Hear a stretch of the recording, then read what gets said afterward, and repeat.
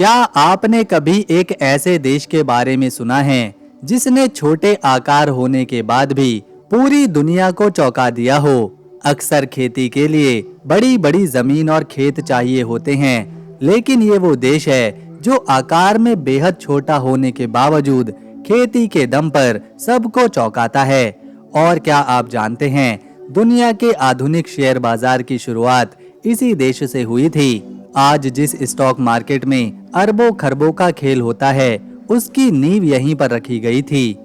यहाँ के कई घर देखकर आपको लगेगा जैसे वो गिरने वाले हैं। कुछ घर हल्के टेढ़े दिखाई देते हैं तो कुछ इतने पतले हैं कि पहली नजर में खिलौने की तरह दिखते हैं। यहाँ पर एक ऐसी रोड मौजूद है जो पानी के नीचे टनल बनाकर गुजरती है, यानी आप गाड़ी चलाते हुए समंदर के नीचे सफर करेंगे। दोस्तों, यहाँ की सदियों पुरानी विंड्स मिल आज भी काम करती हैं। ये सिर्फ टूरिस्ट का अट्रैक्शन नहीं है, बल्कि असली में इनसे यहाँ पर बिजली बनाई जाती है।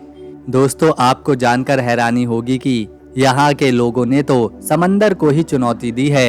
एक ऐसी जगह जहाँ पर आधुनिक मशीनें कुछ घंटों के लिए रुक जाएं, तो कई इलाकों में पानी समा सकता है। सोचिए, एक ऐसा देश जहाँ लोग जमीन पर नहीं बल्कि पानी के ऊपर तैरते हुए घरों में रहते हैं, और ये उनके लिए आम बात है। अगर आप इस देश के किसी बड़े एयरपोर्ट या फिर शहर में जाएंगे तो एक ऐसी चीज आपको दिखेगी जो होगी साइकिलें।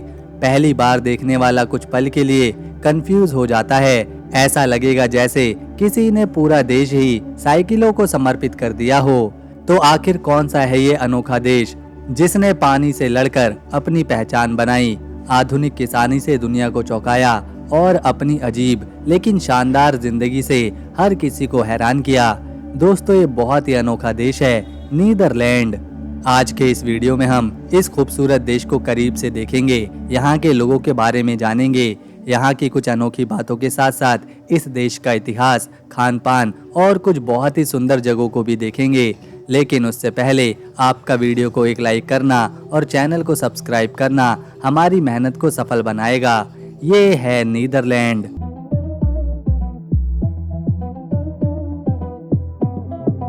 नीदरलैंड में 1,80,00,000 लोग आबाद हैं। आबादी में एक खास बात है कि यहाँ बुजुर्गों की संख्या बढ़ रही है और बच्चों का जन्म काफी कम हो रहा है। ये दुनिया के सबसे बड़े नास्तिक आबादी वाले देशों में गिना जाता है, क्योंकि यहाँ के 55% लोग किसी भी धर्म को नहीं मानते। 34% में ईसाई हैं, 6% में इस्लाम के मानने वाले हैं, जबकि 5% में हिंदू, बौद्ध, सिख और दूसरे धर्म के लोग यहाँ पर रहते हैं। नीदरलैंड उत्तर पश्चिम यूरोप में बसा एक छोटा सा लेकिन बहुत ही खूबसूरत देश है।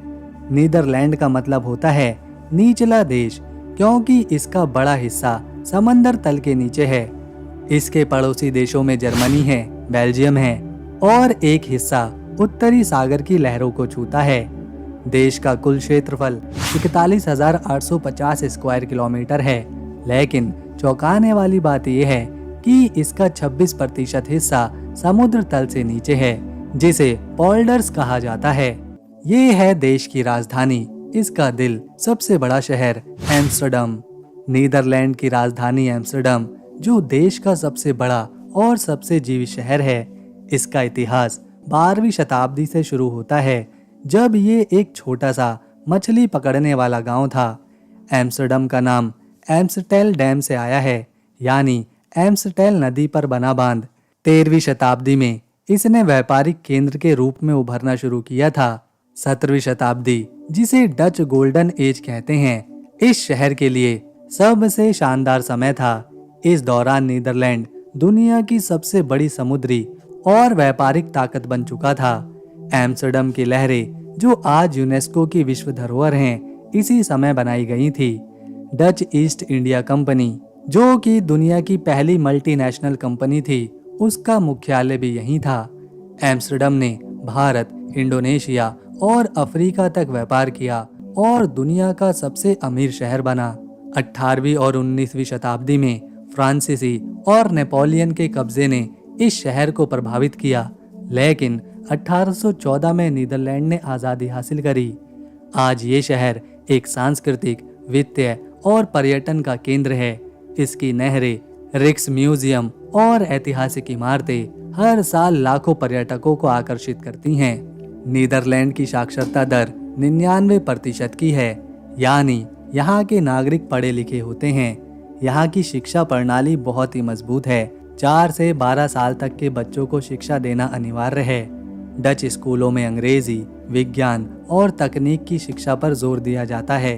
यहाँ के लोग कारमेल से भरे पतले वेफर्स, कॉफी पीते हुए साथ में खाना पसंद करते हैं। इसके अलावा कच्ची मछली, जिसे प्याज और अचार के साथ खाया जाता है, इसे ये लोग हॉलैंड न्यू कहते हैं। यहाँ की गौडा और एडम पनीर दुनिया भर में मशहूर है। बार्ले नसाओ यहाँ की सड़कों पर घरों के पास 2 देशों का बॉर्डर है। ये कोई दीवार नहीं है, कोई फेंस नहीं है, बल्कि सड़क पर एक ब्लैक पट्टी बनाई गई है जिस पर क्रॉस के निशान हैं। ये कुछ और नहीं बल्कि 2 देशों के बीच का बॉर्डर है। एक तरफ नीदरलैंड है तो दूसरी तरफ बेल्जियम। इससे लोगों का ही फायदा होता है। इन्हें दोनों देशों की सुविधाएं मिल जाती हैं। एक तरफ आपको नीदरलैंड का झंडा लगा मिलेगा तो दूसरी तरफ बेल्जियम का। कई बार तो ये बॉर्डर लोगों के घरों के बीच से गुजरता है, जिससे उस घर का आधा हिस्सा नीदरलैंड में तो आधा हिस्सा बेल्जियम में आता है।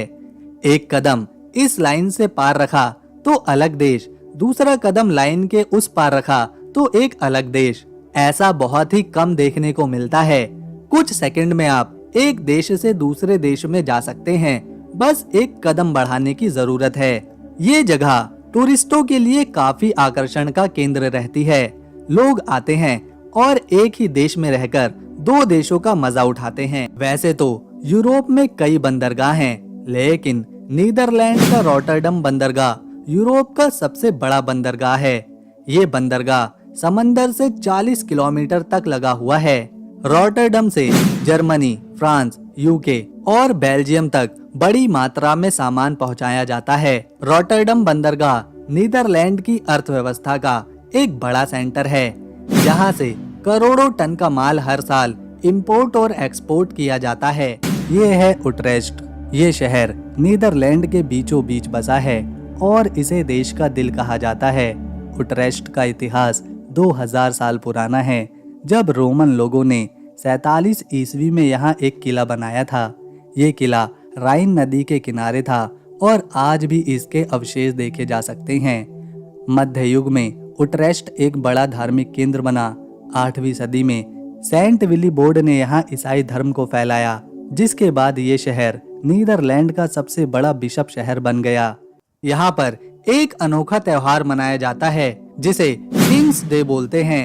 हर साल 27 अप्रैल को नीदरलैंड के लोग इसे मनाते हैं, क्योंकि 30 अप्रैल 2013 में विलियम अलेक्जेंडर पहली बार राजा बने थे।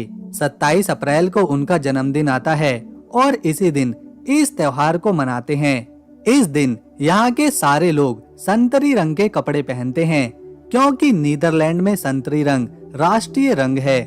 पूरा शहर, राजधानी एम्स्टर्डम संतरी रंग से सजा दिया जाता है। सड़कों पर नई दुकानें लगती हैं, जिसमें अलग अलग तरह का सामान बिकता है। इस दिन हर जगह संगीत, डांस और कंपटीशन कराए जाते हैं। लोग नहरों के किनारे बोट्स पर पार्टी करते हैं। राजा और रानी खुद लोगों को पार्टी देते हैं, उनके साथ रहते हैं। ये है मदरोदम। दोस्तों, ये जगह नीदरलैंड के सबसे अनोखे टूरिस्ट स्पॉट में गिनी जाती है। इसकी खास बात यह है कि यहाँ पूरा देश मिनिएचर फॉर्म में बनाया गया है, यानी जो बड़े बड़े शहर, फेमस बिल्डिंग्स, ब्रिज, एयरपोर्ट और हिस्टोरिकल प्लेस असल जिंदगी में बहुत विशाल दिखाई देते हैं, उन्हें यहाँ छोटे आकार में बहुत खूबसूरती से तैयार किया गया है। इस पार्क की शुरुआत साल 1952 में हुई थी और इसका नाम एक डच युद्ध नायक जॉर्ज मादुरो के नाम पर रखा गया है। ये सिर्फ एक टूरिस्ट अट्रैक्शन नहीं, बल्कि देश के इतिहास और कल्चर को समझने का एक शानदार तरीका भी है। यहाँ आप छोटे आकार में एम्स्टर्डम शिफॉल एयरपोर्ट देख सकते हैं, जहाँ मिनिएचर प्लेन्स चलते हुए नजर आएंगे। इतना ही नहीं, छोटी छोटी ट्रेनें अपनी पटरियों पर दौड़ती रहती हैं। मिनिएचर शिप्स पानी में तैरते दिखेंगे और छोटी छोटी कारें सड़कों पर चलेंगी। पहली बार देखने वाला अक्सर हैरान रह जाता है कि इतनी बारीकी से हर चीज को आखिर कैसे बनाया गया। मधुरोदम की सबसे खास बात इसकी डिटेलिंग है। यहाँ हर बिल्डिंग को बिल्कुल असली जगह की तरह डिजाइन किया गया है।